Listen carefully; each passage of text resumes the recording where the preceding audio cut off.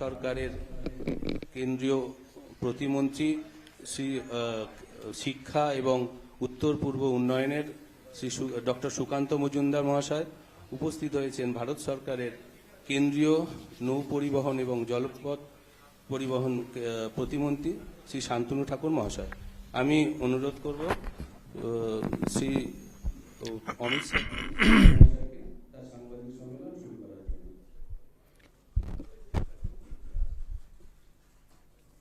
मित्रों, आज सभी का भारतीय जनता पार्टी की प्रेस वार्ता में मनपूर्वक स्वागत है। आज 30 दिसंबर का दिन है। हम सभी भारतीयों के लिए गौरव का दिन है।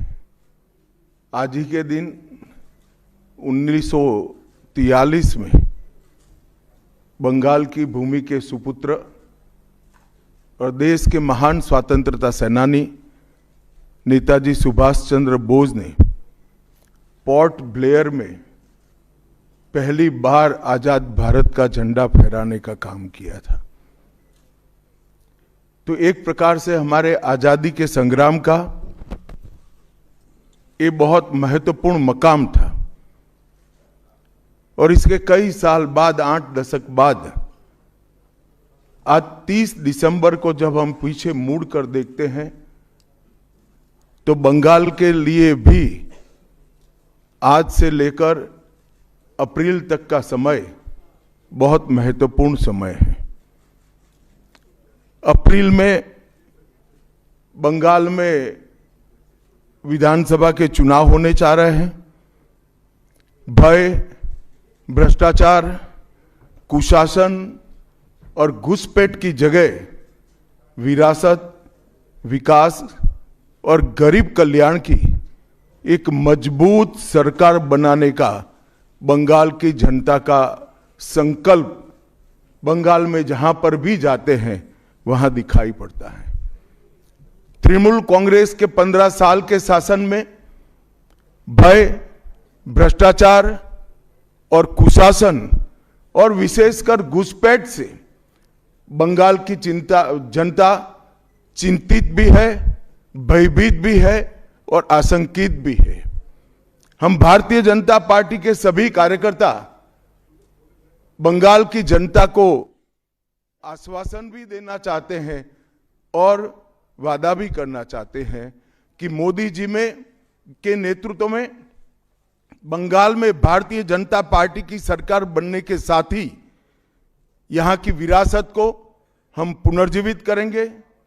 विकास की गंगा फिर से बड़ी तेज गति से बहेगी और गरीब कल्याण, जो बंगाल का आज बहुत महत्वपूर्ण मुद्दा बना है, देश भर में जहां जहां एनडीए सरकारें हैं, भाजपा सरकारें हैं, हमने गरीब कल्याण को प्राथमिकता दी है। यहां पर भी गरीब कल्याण को प्राथमिकता दी जाएगी। और इस सब के साथ साथ एक ऐसी मजबूत राष्ट्रीय ग्रिड बनाएंगे जो बंगाल से घुसपैठ को समाप्त कर देंगी। इंसान छोड़ दीजिए, परिंदा भी पैर नहीं मार पाए, इस प्रकार की एक मजबूत ग्रिड की रचना हम करेंगे। और न केवल घुसपैठ रोकेंगे, सारे घुसपैठियों को चुन चुन कर भारत के बाहर निकालने का काम भी भारतीय जनता पार्टी की बंगाल सरकार करेगी। आज ममता बनर्जी के नेतृत्व में भ्रष्टाचार के कारण पूरे बंगाल का विकास एक प्रकार से थम गया है।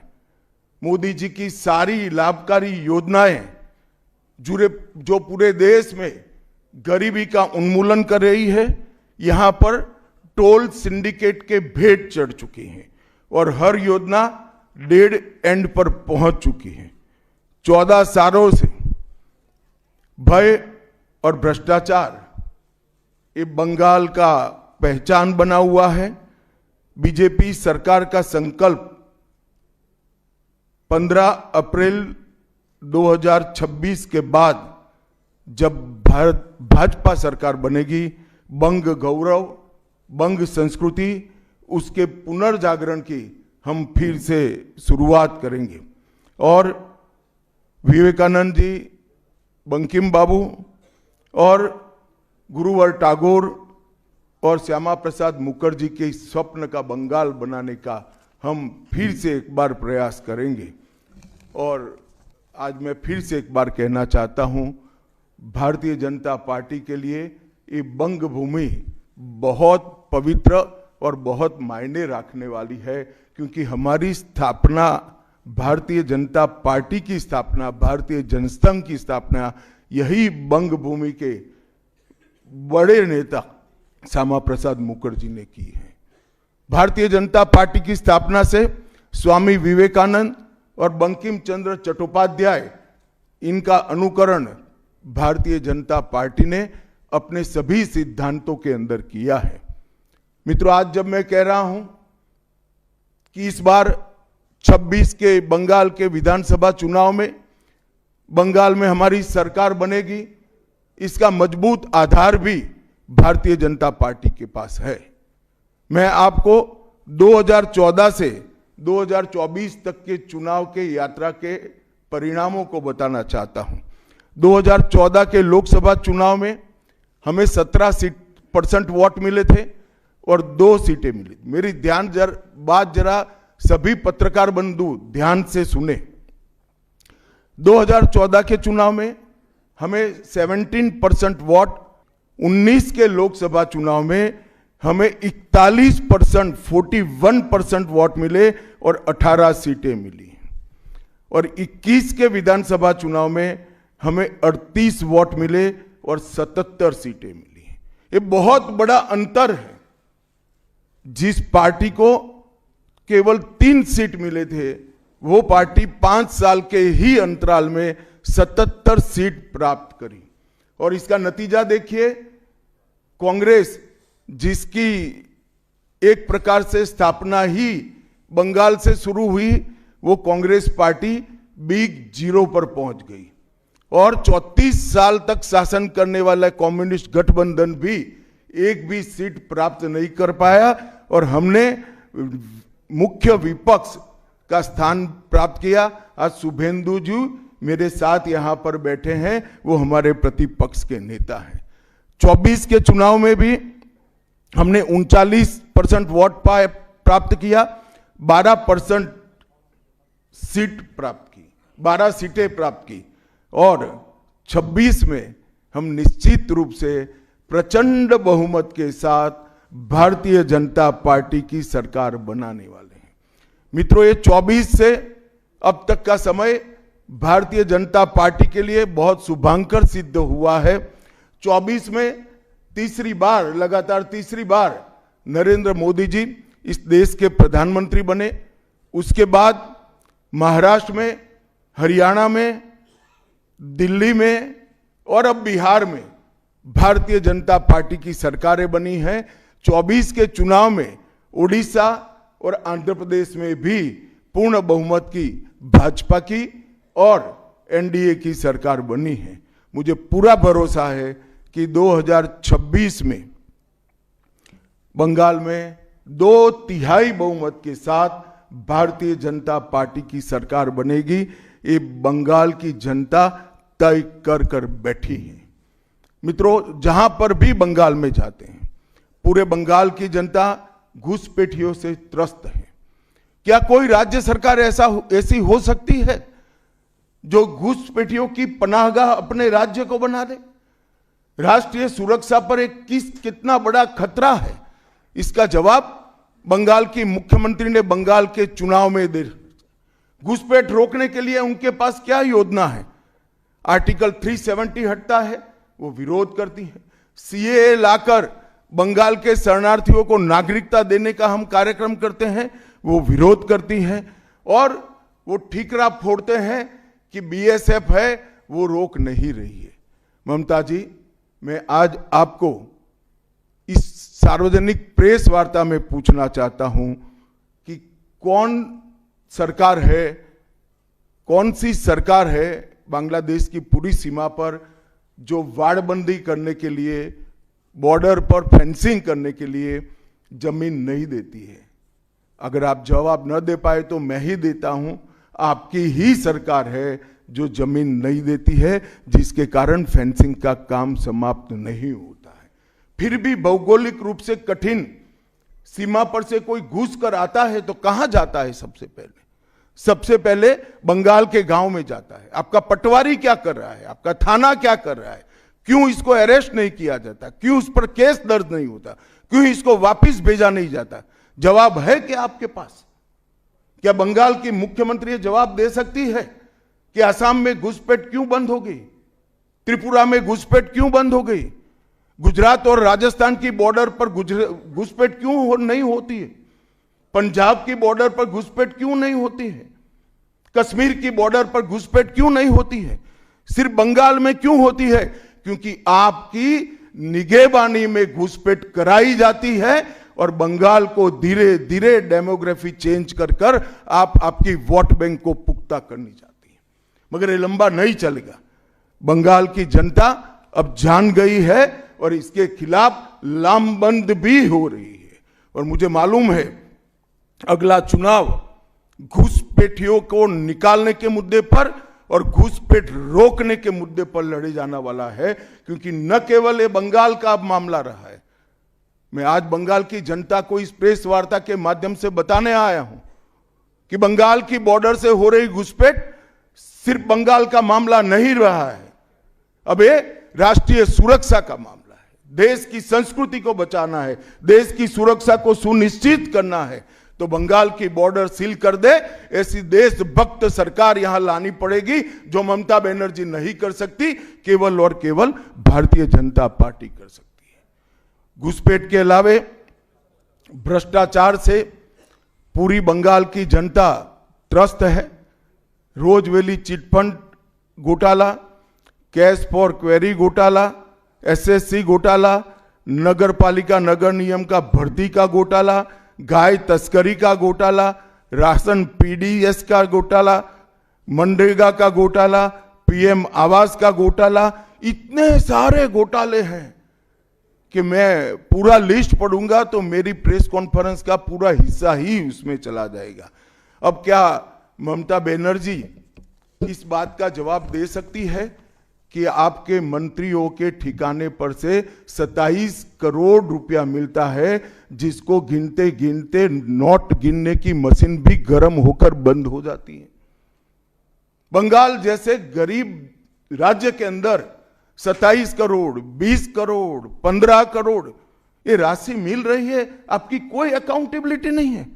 पार्थो चैटर्जी जेल में जाते हैं, ज्योति प्रिय मलिक जेल में जाते हैं, अनुव्रत मंडल जेल में जाते हैं, जीवन कृष्ण शाह जेल में जाते हैं, माणिक भट्टाचार्य जेल में जाते हैं, चंद्रनाथ सिन्हा जेल में जाते हैं, परेश पाल जेल में जाते हैं, कुंतल घोष जेल में जाते हैं, फिरहाद हकीम वो भी आरोपी बनाए जाते हैं, शोभन चैटर्जी आरोपी बनाए जाते हैं, कुणाल घोष 3 साल जेल में रहकर आते हैं, और आप कहती है कि भ्रष्टाचार नहीं हो गया, हो रहा है।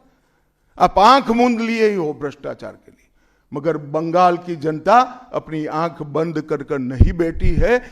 गरीब बंगाल की जनता के अधिकार का पैसा आपकी कैडर की भेंट चढ़ रहा है, आपको इसको जवाब देना पड़ेगा। महिलाओं की सुरक्षा एक बहुत बड़ा मुद्दा बना है और अधिकृत रूप से कहा जाता है कि महिलाएं 7 बजे के बाद अपने हॉस्टल और घर से न निकले। हम कौन से जमाने में जी रहे? मुगल काल में जी रहे हैं क्या? ममता जी, ये आजाद भारत, यहां माताओं बहनों को पूरा दिन जब इनकी मर्जी हो, जब इनको काम हो, घर के बाहर निकलने की सुरक्षा प्रदान करना ये हमारा संवैधानिक दायित्व है, जो देने में आपकी सरकार विफल गई है। आरजी कर मेडिकल कॉलेज का मामला हो, संदेश खाली का मामला हो, दुर्गापुर मेडिकल कॉलेज का मामला हो, साउथ कॉलेज लॉ कॉलेज का मामला हो, हर जगह बेटियां असुरक्षित हैं और ढेर सारे लोग और ढेर सारी माताएं बहनें ये अत्याचार से तंग आ चुकी है, असुरक्षा से तंग आ चुकी है। वो भी राह देख रही है कि कब वोट देने का अधिकार आए और हम इन निकम्मी तृणमूल कांग्रेस की सरकार को हटा दें। सांप्रदायिक तुष्टीकरण को इस राज्य सरकार ने अपनी नीति के रूप में स्वीकार कर लिया है। अब मरहम लगाने का प्रयास हो रहा है, मैं सुबह से देख रहा हूं, मगर अब मरहम लगाने से कुछ नहीं होता है। हृदय पर, बंगाल की हिंदुओं के हृदय पर घाव इतना गहरा बैठ गया है कि कोई मरहम काम नहीं आएगा। अब आपका जाने का समय तय हो गया है। यहां तक इंतहा कर दी, यहां तक कि पार्लियामेंट में वंदे मातरम पर चर्चा होती है। बंकिम बाबू ने रचे हुए वंदे मातरम पर चर्चा हुई, जो गीत पूरे हमारे आजादी के आंदोलन का प्रेरणा गीत बना, वो वंदे मातरम की चर्चा का तृणमूल कांग्रेस विरोध कर रही है, क्योंकि उनकी वोट बैंक इससे नाराज हो रही है। ये बंगाल की जनता कभी सहन नहीं करेगी। एक जमाना था मित्रों कि भारत के जीडीपी में बंगाल का योगदान 10.5% था और तीसरे नंबर पर था। जीडीपी में योगदान की दृष्टि से हमारा बंगाल तीसरे नंबर पर था। तीसरे नंबर पर से सरक कर ये 49 साल में वो 22वें नंबर पर आ गया। अब नीचे कोई जगह ही नहीं बची। बंगाल का इतना आर्थिक पतन कभी नहीं हुआ है। ये कम्युनिस्टों के शासन के पहले, तृणमूल के शासन के पहले प्रति व्यक्ति बंगाल की आय राष्ट्रीय औसत से 127% ज्यादा थी। 127%। देश में नागरिक 100 रुपया कमाता था तो बंगाल में 127 रुपया कमाता था। आज देश का नागरिक 100 रुपया कमाता है तो बंगाल का नागरिक 73 रुपया कमाता है। ममता जी, आपको इसको जवाब देना पड़ेगा। हर प्रकार के उद्योग की शुरुआत एक जमाने में इस सुजलाम सुफलाम भूमि से हुआ था और इसी के आधार पर सोनार बांग्ला की परिकल्पना की जाती थी। वो बंगाल में आज भ्रष्टाचार, घुसपैठ और टोलबाजी के कारण सारी इंडस्ट्री वापिस जा रही है। केंद्र सरकार की योजनाएं लागू करने में उनको अपनी वोट बैंक गंवाने का डर है। पीएम किसान देरी से लागू किया, बंगाल के किसानों का 10,000 करोड़ रुपया चला गया। आयुष्मान भारत आज तक लागू नहीं किया और बहुत आयुष्मान भारत से बहुत एक प्रकार से कमियां वाली स्वास्थ्य साथी की स्कीम लागू की है।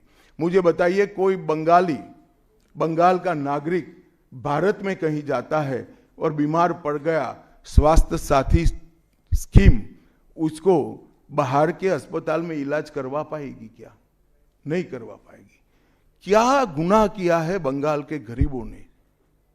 देश भर के गरीबों को 5 लाख तक की पूरे स्वास्थ्य की गारंटी मिल रही है। अरे कई राज्यों ने किया कि केंद्र 5 लाख दे रहा है, उन्होंने और 5 लाख जोड़ दिए।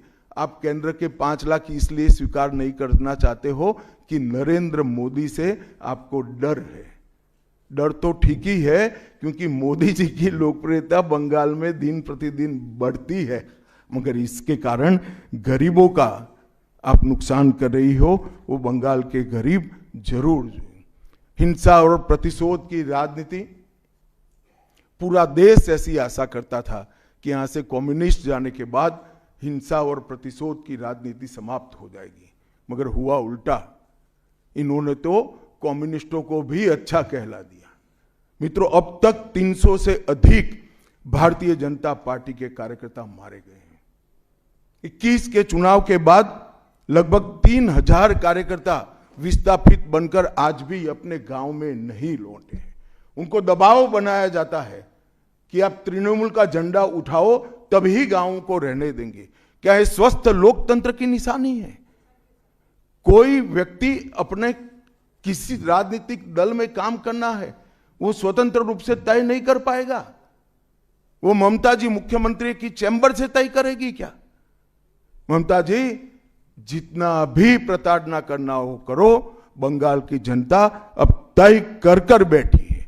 इन्होंने भाजपा के कार्यकर्ताओं को हर तरह से प्रताड़ित किया, यहां तक कि महिलाओं पर बलात्कार भी किए गए। मैं अपना रिपोर्ट नहीं दे रहा हूं, नेशनल ह्यूमन राइट कमीशन का रिपोर्ट है, इसका भी जवाब ममता जी को देना पड़ेगा। ममता जी ने सारी संवैधानिक औचित्य को समाप्त कर दिया।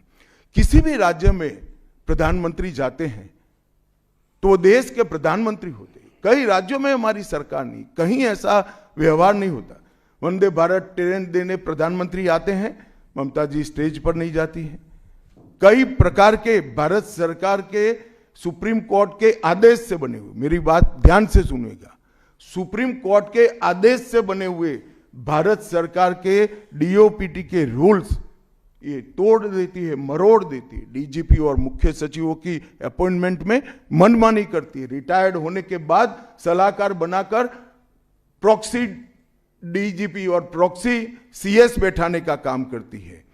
ये 34 साल कम्युनिस्टों का शासन और 15 साल टीएमसी का शासन, ये केंद्र विरोधी मानसिकता बंगाल की जनता में खड़ा कर हमारी संविधान की स्पिरिट थी, उस स्पिरिट का कंप्लीट इन्होंने अनादर करने का काम किया है। ममता बनर्जी के शासन में सिंडिकेट, तोलबाजी, कट मनी, न केवल वो सिस्टम को बढ़ावा दिया है, यहां कमाई करने का अधिकार एक ही व्यक्ति को है, भाईपो को है, और किसी को कमाई करने का अधिकार नहीं है। सब में हिस्सेदारी देनी पड़ती है। बंगाल एक जमाने में सब बात में सबसे पहले था। सबसे पहला मोटर कारखाना पश्चिम बंगाल में लगा, सबसे पहला पावर प्लांट 1887 में बंगाल में लगा, सबसे पहली कोयलरी बंगाल में आई, सबसे पहला स्टील प्लांट बंगाल में लगा, देश की सबसे पहली हाई राइज बिल्डिंग बंगाल में बनी, देश की सबसे पहली जूट मिल बंगाल में बनी, देश की पहली मेट्रो ट्रेन बंगाल में आई, एक ही शहर में 2 पोर्ट एक ही जगह है बंगाल में है, और देश की सबसे पहली आधुनिक यूनिवर्सिटी कलकत्ता यूनिवर्सिटी भी बंगाल में बनी, और विश्व प्रसिद्ध विश्व भारती यूनिवर्सिटी भी, जिसने भारतीय शिक्षा के कंसेप्ट को जमीन पर उतारा, वो भी बंगाल में बनी। मगर ममता जी, आप गौरव मत करिएगा, इसमें से कुछ आपके समय में नहीं हुआ है। ये जो करने वाले थे, उनके पूरे रिदम को, इनकी लय को, बंगाल की विकास की गति को तोड़ने का आप काम करें। बंगाल आज इंडस्ट्रियल रूप से कंप्लीटली बर्बाद हो चुका है, और ये आपके शासन में ही हुआ है। आधा अधूरा तो कम्युनिस्ट बेचारे कर गए थे, आपने तो पूरा ही समाप्त कर दिया। सिंडिकेट राज, तालेबाजी, शत्रुतापूर्ण माहौल, इसके कारण 2011 से 25 के बीच में 7000 से ज्यादा कंपनियां बंगाल छोड़कर बंगाल के बाहर चली गई। और मित्रों, ये बहुत बड़ा सेटबैक बंगाल के आर्थिक विकास के लिए है। मित्रों, बंगाल स्वामी विवेकानंद, बंकिम चंद्र चट्टोपाध्याय, शरद चट्टोपाध्याय, महर्षि अरविंद, ईश्वर चंद्र विद्यासागर और कवि गुरु टैगोर जैसे महापुरुषों की धरती है। यही धरती पर नेताजी सुभाष चंद्र बोस, अमर शहीद खुदीराम बोस, वाघा जतीन, रविंद्रनाथ सन्याय, रास बिहारी बोस, मास्टर सुरेशन, प्रफुल्ल चाकी, वीणा दास, कल्पना दत्त, ये सभी ने देश की आजादी के लिए आह्लेख जगाया था। यहीं पर कई सारे फिल्मकार मिले, संगीतकार मिले, चित्रकार मिले। इस भूमि ने कई सारे दुनिया को प्रभावित करने वाले संत भी दिए। वो बंगाल आज ऐसे कगार पर पहुंच गया है कि अगर एक घुसपैठ की बयार रोकी नहीं गई तो बंगाल का अस्तित्व भी खतरे में है। ऐसा स्पष्ट रूप से समाज जीवन को जानने वाले सभी लोग मानते हैं। और अंत में मैं बंगाल की जनता को फिर से एक बार कहना चाहता हूं कि बंगाल के अस्तित्व पर तो घुसपैठिया संकट है ही है, बंगाल की संस्कृति पर एक घुसपैठिया संकट है ही है, परंतु अब ये संकट केवल बंगाल तक सीमित नहीं रहा है, पूरे देश तक ये संकट आगे बढ़ गया है।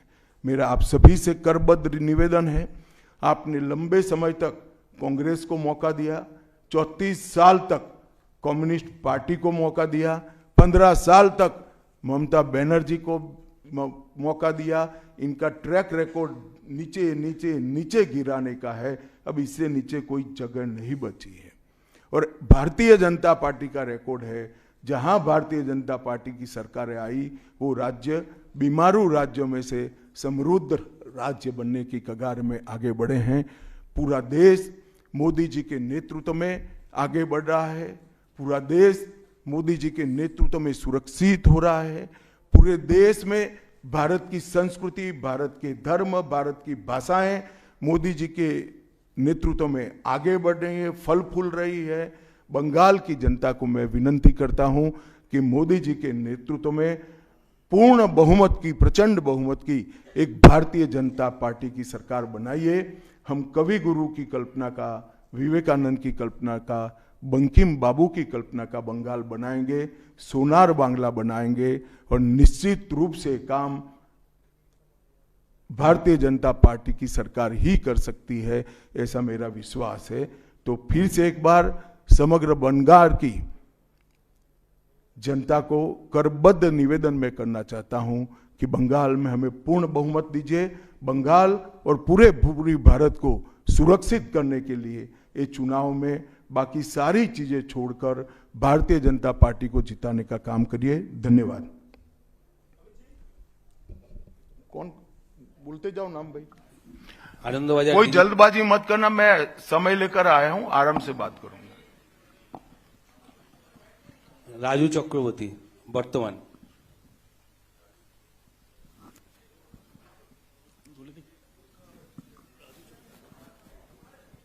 चलो भाई दूसरे कोई खड़े हो जाओ। गृहमंत्री जी नमस्कार, राजू चक्रवर्ती वर्तमान। मेरा 2 प्रश्न है। एक करो।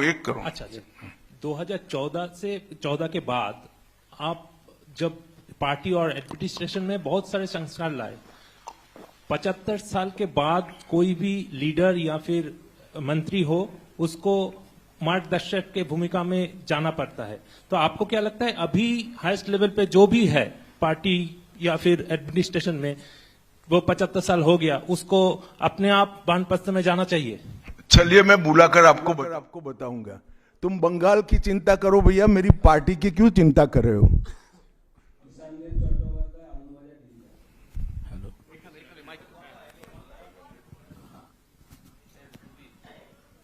Amit ji, there is anxiety among the Motua communities regarding the papers and documents to be produced in the SIR process. And would you like to consider anything so that they can get rid of their anxiety? मतुआओं को डरने की कोई जरूरत नहीं है। ये Bharatiya Janata party का वादा है।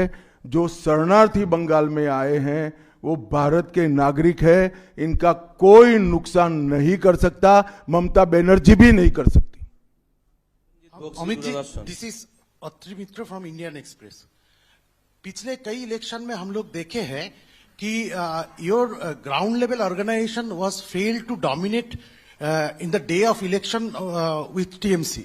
So is your organization is ready for now in 2020? आपने ध्यान से नहीं देखा है। मैंने इसीलिए पहले भाजपा की विकास यात्रा, भारतीय जनता पार्टी की विकास यात्रा बनाई। हम 3 सीट पर थे, 77 पर पहुंचे हैं और 77 से अब एज अ मुख्य विरोध पक्ष हमारा अधिकार है कि विफल सरकार को उखाड़कर हमें जनता शासन देगी। हम 77 सीट पर ऐसे नहीं पहुंच सकते, 18 सीटें ऐसे नहीं जीत सकते हैं।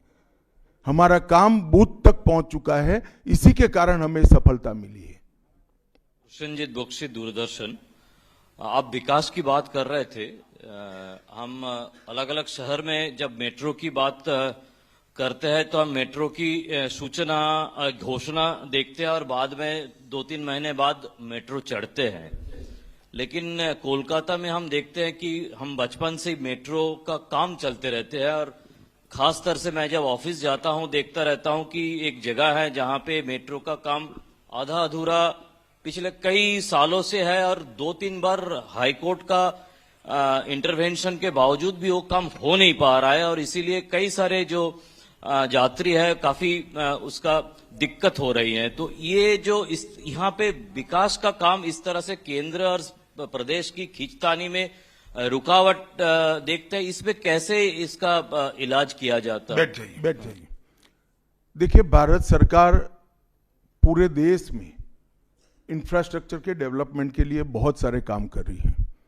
अगर भारत सरकार का पक्षपाती कामकाज का तरीका होता तो वो तमिलनाडु को भी अप्लाई हो सकता था, तेलंगाना को भी अप्लाई हो सकता था और हर राज्य को अप्लाई हो सकता था।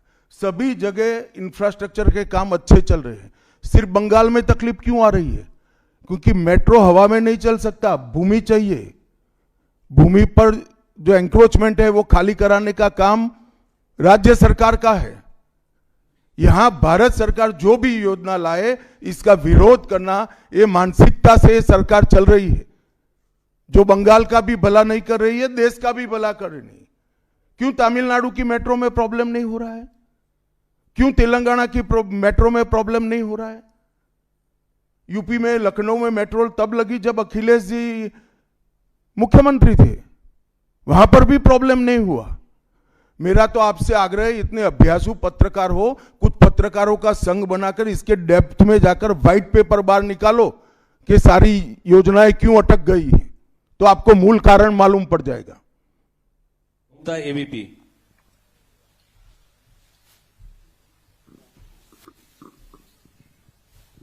अमित जी, अभी आपने वंदे मातरम की चर्चा का जिक्र किया, लेकिन उसके साथ में जो है एक चर्चा और हुई थी, जी राम जी जो अभी जो कानून की शक्ल ले चुका है, उस दौरान भी जो है ममता बनर्जी और अभिषेक बनर्जी लगातार ये कहते रहे कि सरकार, केंद्र सरकार से फंड ही नहीं आता तो हम विकास कैसे करें, वो फंड रोकना और उसका विरोध किया। देखिए भाई, इनके विरोध को अब देश में कोई गंभीरता से नहीं ले रहा है। अगर कोई एक स्टेटमेंट भारत सरकार करेगी कि भारत देश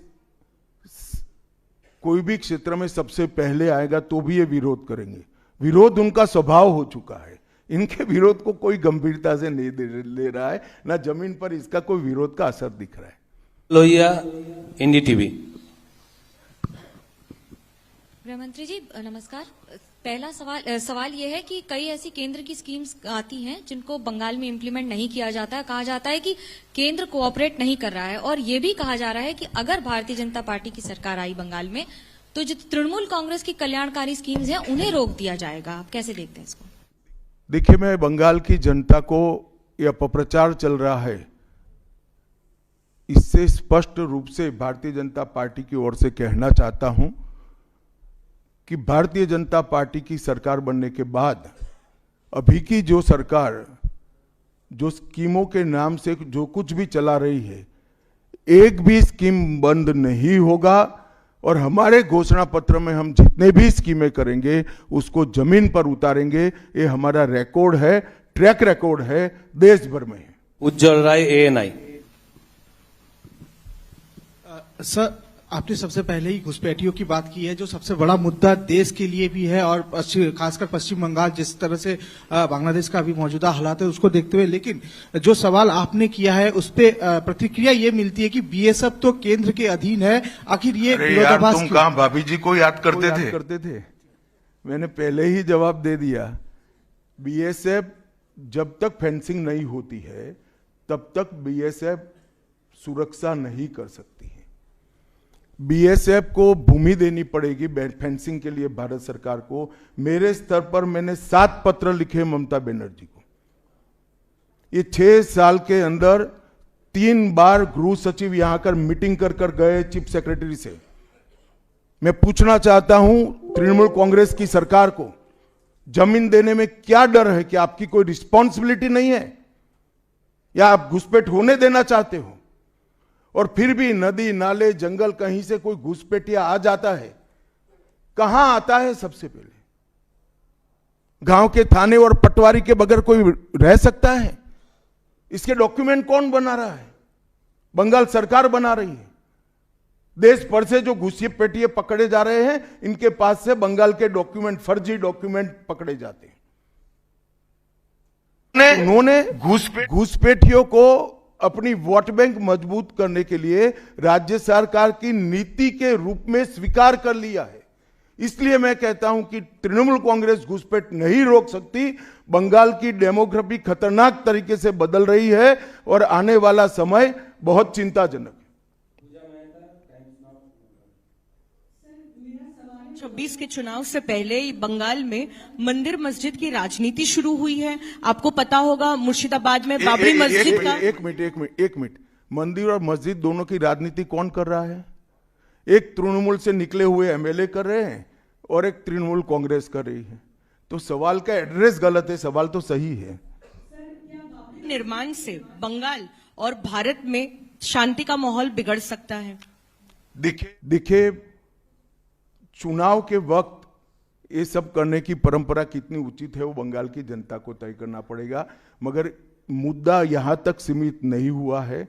युवाओं की रोजगारी का है, महिलाओं की सुरक्षा का है, घुसपैठ का मुद्दा है, भ्रष्टाचार का मुद्दा है, इंडस्ट्रीज के पलायन का मुद्दा है, गिरते जा रहे इंफ्रास्ट्रक्चर के स्तर का मुद्दा है। ढेर सारे मुद्दे हुए, कहीं से बच नहीं सकते।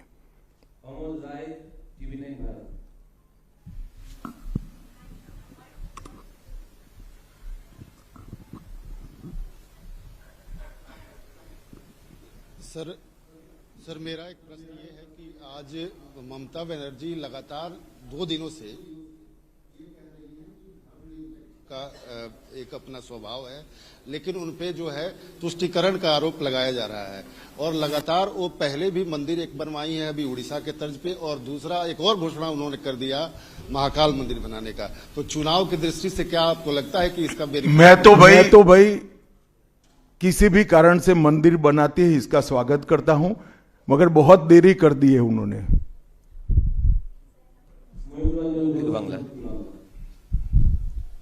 अमित जी, एक सवाल बार बार एक नैरेटिव फैला जाता है टीएमसी और लेफ्ट के तरफ से कि बंगाल में जितना भी काम कर ले बीजेपी कार्यकर्ता, ऊपर कुछ सेटिंग वगैरह है तो अमित शाह जी और नरेंद्र मोदी जीतना नहीं चाहते। आज पूछता है बंगाल, जवाब चाहे बांग्ला, आप लोग बंगाल को जीतना चाहते हैं? कितना सीरियस है सेंट्रल बीजेपी? देखिए भाई, मैं यहां आकर प्रेस कर रहा हूं। मोदी जी अभी थोड़े दिन पहले सभा करने के लिए आने के लिए निकले थे, जा नहीं पाए। अब ममता बनर्जी कह रही कि हम उनके साथ हैं। अगर उनको ये भ्रांति फैलानी है तो फैलाएं। भारतीय जनता पार्टी का कोई नेता घुसपैठियों को आश्रय देने वाले के साथ नहीं रह सकता।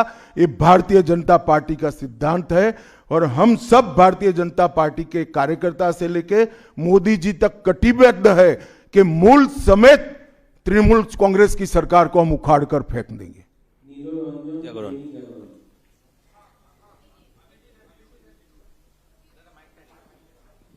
जी मैं ये अभी आप कह रहे थे कि 3000 जो हैं भाजपा के कार्यकर्ता जो हैं घर छोड़कर भागना पड़ा उनको इलेक्शन के कारण, 300 की हत्या भी हुई है।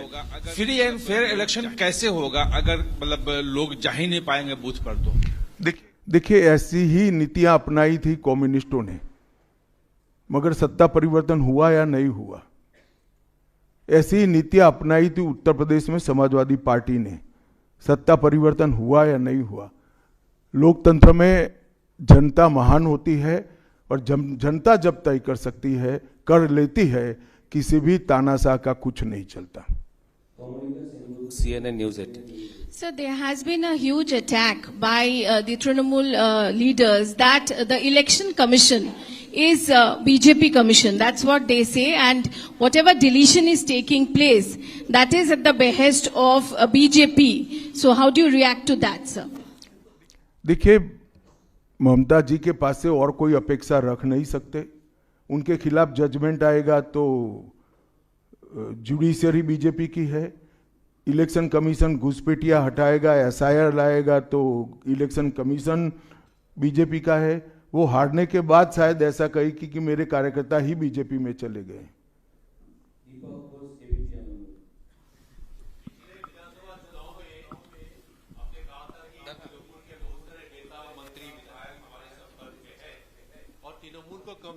मैंने नहीं कहा भैया, ऐसा कभी नहीं कहा।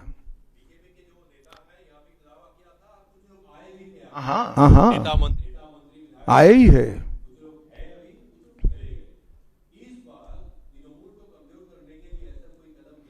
तृणमूल को कम, अरे सुनिए ना, सुनिए, समझ गया मैं आपका सवाल। तृणमूल को कमजोर करने की भारतीय जनता पार्टी को कोई जरूरत इसलिए नहीं है कि तृणमूल अपने अव्यवस्थाओं के कारण, अपने कामों के कारण जनता के बीच में कमजोर हो चुकी है। बांग्ला। अमित जी नमस्ते। PMLA, prevention of money laundering act, हम जानते हैं हमारा देश का काफी कड़ा एक आइन है, जिस आइन के दौरान अरविंद केजरीवाल जी तिहाड़ जेल चला गया, हेमंत सोरेन जेल चला गया। लेकिन यहाँ वेस्ट बंगाल में ईडी कलकत्ता हाईकोर्ट में रिपोर्ट दिया है, एक कंपनी है लीप्स एंड बाउंड्स जिसका 150 करोड़ रुपया सीज्ड हुआ है, लेकिन उसका मालिक अभी तक अरेस्ट नहीं हुआ। उसका नाम है अभिषेक बैनर्जी, एमसीएमपी, आप जानती है। इसीलिए सेटिंग्स वगैरह ये जो लोग प्रश्न कर रहे हैं, इसीलिए सेटिंग्स वगैरह ये हवा उठ रहे हैं, नैरेटिव्स उठ रहे हैं। बीजेपी का जो लोअर लेवल का नेता भी है वो भी पूछ रहे हैं कि क्यों अभिषेक बैनर्जी अरेस्ट नहीं हुआ, उसका कंपनी का 150 करोड़ रुपया सीज्ड हुआ फिर भी अरेस्ट नहीं हुआ। बीजेपी के लोअर लेवल के नेता का मुझ पर छोड़ दीजिए, बाकी भारतीय जनता पार्टी किसी भी एजेंसी के काम में दखल नहीं देती है। एजेंसी जो न्यायिक काम होगा वो जरूर करेगी, किसी से डरेगी भी नहीं, किसी को बचाएगी भी नहीं। G24।